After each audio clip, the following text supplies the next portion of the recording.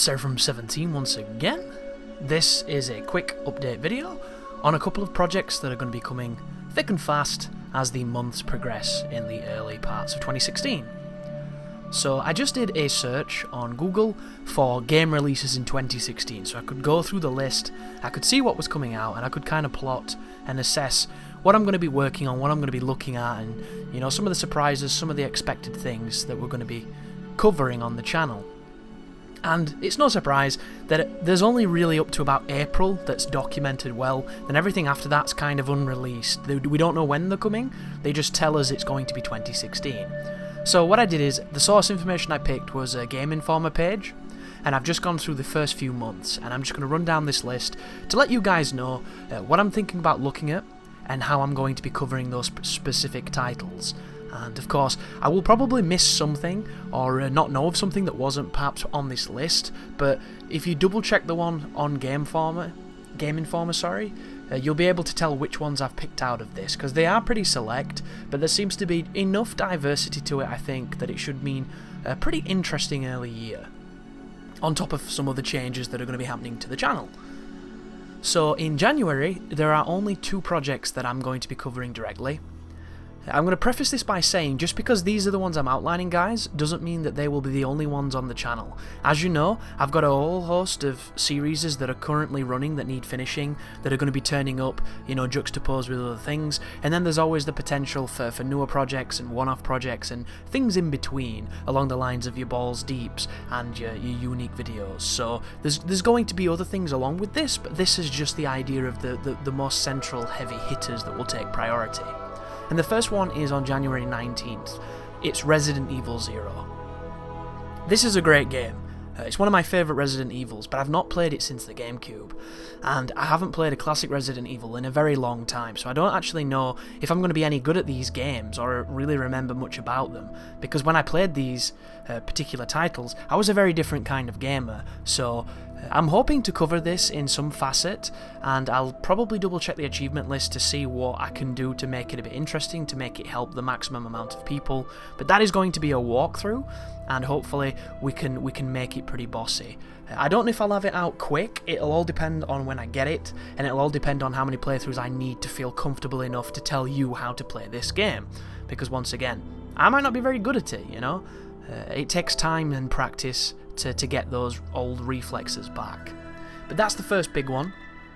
The second one I've hinted towards, which is going to be kind of interesting, is Yakuza Kiwami, or Ryuga Kiwami or something, like a dragon in Japanese, or however they pronounce it, which is the remake of Yakuza 1. It's a PlayStation 4 exclusive, and it's coming out on the 21st of January. The problem is, it's only being released in Asia.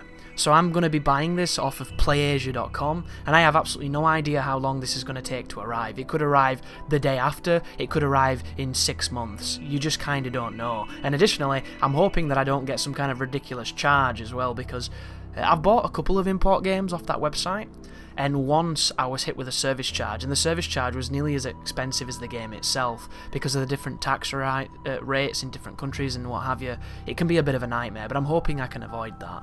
But I'm going to be pre-ordering that pretty shortly, and that comes when it comes. And what we're going to be doing, guys, is because it's completely Japanese, it's going to be a playthrough that is intentionally segmented so that all that's in it is entertainment. I don't want any ridiculously long, overblown repetition unless it's funny, or somebody can get some enjoyment from me being angry or being stupid, or something that makes it worth watching, because nobody wants to see dead parts of videos unless it's a playthrough that's committed to being everything 100% honest. And this isn't. This is going to be a translation through, it's going to be a struggle through, and hopefully it's going to be really fun. It might absolutely bomb. I'm not promising anything, guys. You never know. It could be gold, it could be, fool's gold. But that's January. February is a little bit denser, but it's a little bit more specific. First thing I want to cover is a game called Firewatch. I have no idea what this game is. It's like a narrative, mystery, like suspense game or something. It's got a beautiful aesthetic, looks really nice. I've only seen one clip of this game in action, but the footage hooked me immediately. Just this notion of like walking through this preserve, checking on these towers, and then this lady speaking to you, you know, saying stuff that's happening that doesn't quite make sense, and it's kind of got that eeriness to it. Could be really interesting, could be a piece of shit, don't know. Want to check it out. Probably going to cover it on PC or on PlayStation 4, depending on which is quickest. Then after that, there is Gravity Rush Remastered on the 9th, which is 5 days later. Firewatch probably won't take me too long to do something with it. I think I'll probably make a walkthrough. Depending on its length will depend on what I do with that, but it might be worth a playthrough depending on how much gameplay is in it and the demand. But Gravity Rush is a game I've been wanting to play for a long time. I think it looks great, and they're remastering it on the PlayStation 4, I believe in 60 frames per second, which I really hope they do. It's kind of an action game, kind of like a weird platformer. I don't really know what it is, but it's got a really good art style, and it's a character action game, so I'm always hands down to try one of these out. I might hate it, and you might never see it, but it's something I'm looking into because I'm interested in it. And then of course on the 16th, there's Street Fighter V, which I'm going to be covering a little bit, but at this moment in time, I don't really want to play it. However, I'm going to check it out, and once I pick up a few characters, maybe I'll get hooked, maybe I'll be really interested in it, but at the moment, I'm tentative. I've played the beta, I played a little bit with a couple of characters.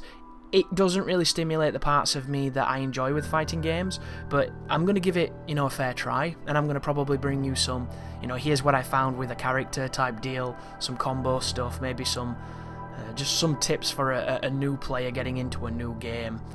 And we'll see where that goes.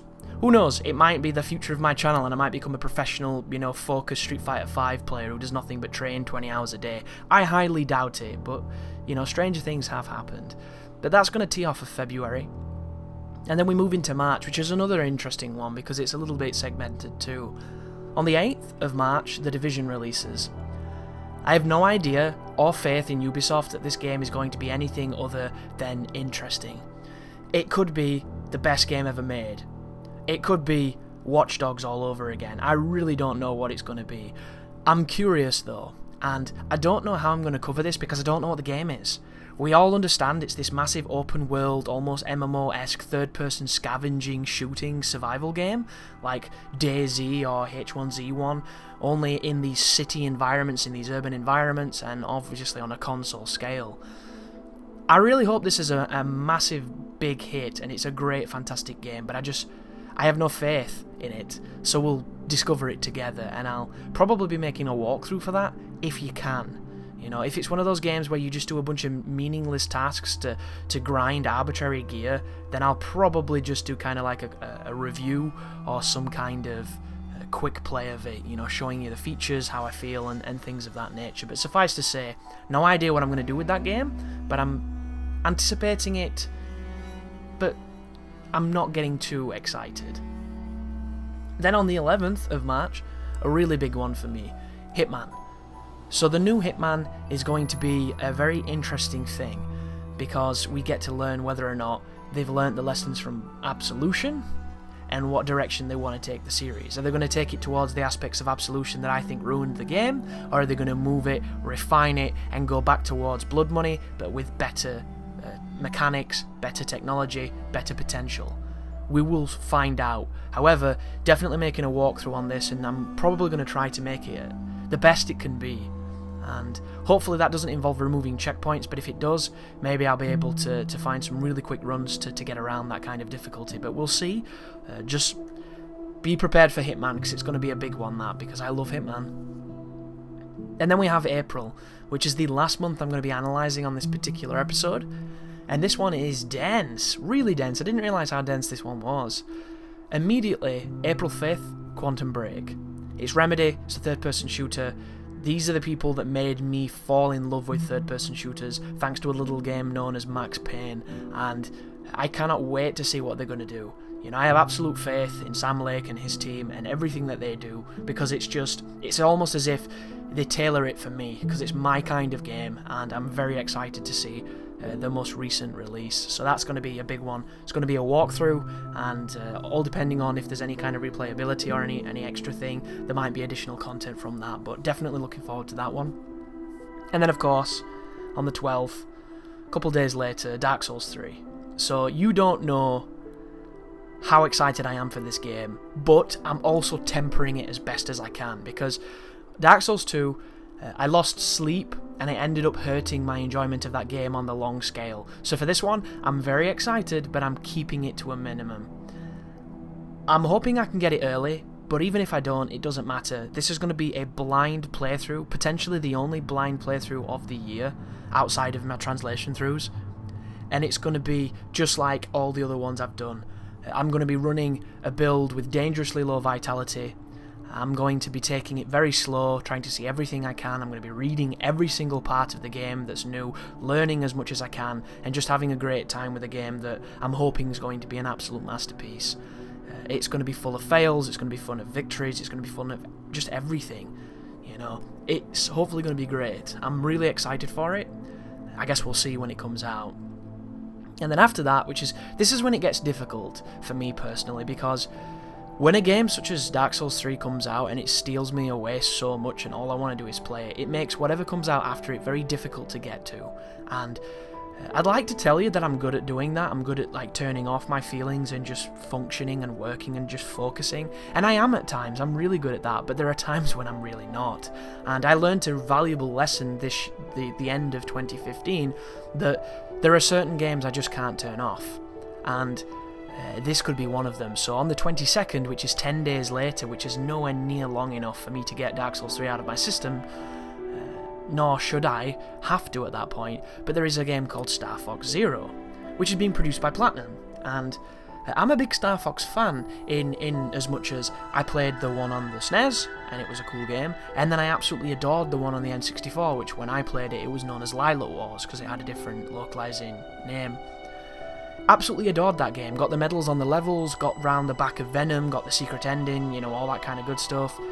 Absolutely adored it. But it was a very long time ago, and I haven't played one of those like three-dimensional shmups since Sin and Punishment back on the N64.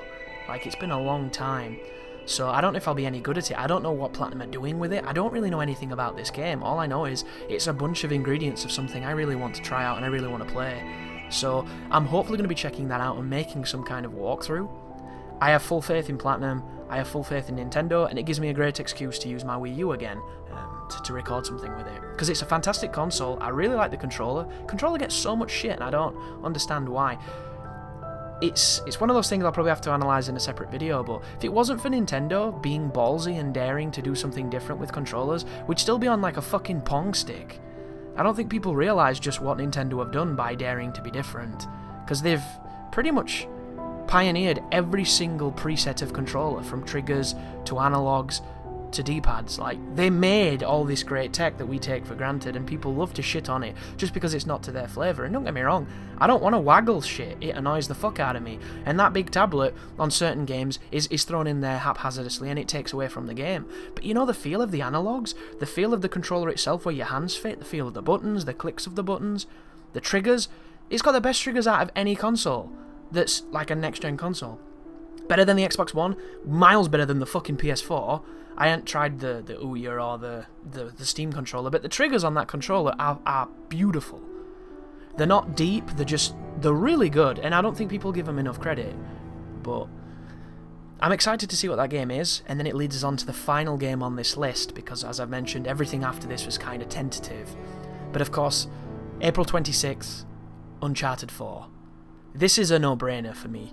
One of my most successful projects on YouTube was Uncharted 3 on Crushing, because I managed to get the game quite early, and I managed to get that guide up before anyone else had a Crushing guide up, so it did, relative to my success, or to my measure of growth, it did really good numbers for me. And I really like this series. I've not always been the biggest supporter of it, because I think it's not as good as people say, and I've always pioneered that opinion, and I always will, because I think they make great stories and they make great spectacle, but I think some of the mechanics are just a little bit looser than the top tier equivalents in that genre, and hopefully they've pulled it all together. They've made it better, tighter, and more fun, and I have full faith that it's going to be a fantastic game, and I'm really excited to cover it and share it with you. But that is a little overview of just what to expect in these early months, guys.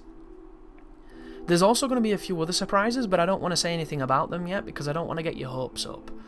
Just know that I'm working on a few different things, and hopefully it'll take the channel in some new directions, and it'll bring in, you know, a whole new audience, and it'll keep the people that we have and take them along with the journey. But thank you for listening, thank you for watching whatever gameplay I pop in this if you choose to do so, and if you're going to be with me for these projects, you know, I'll see you there. So you take care now.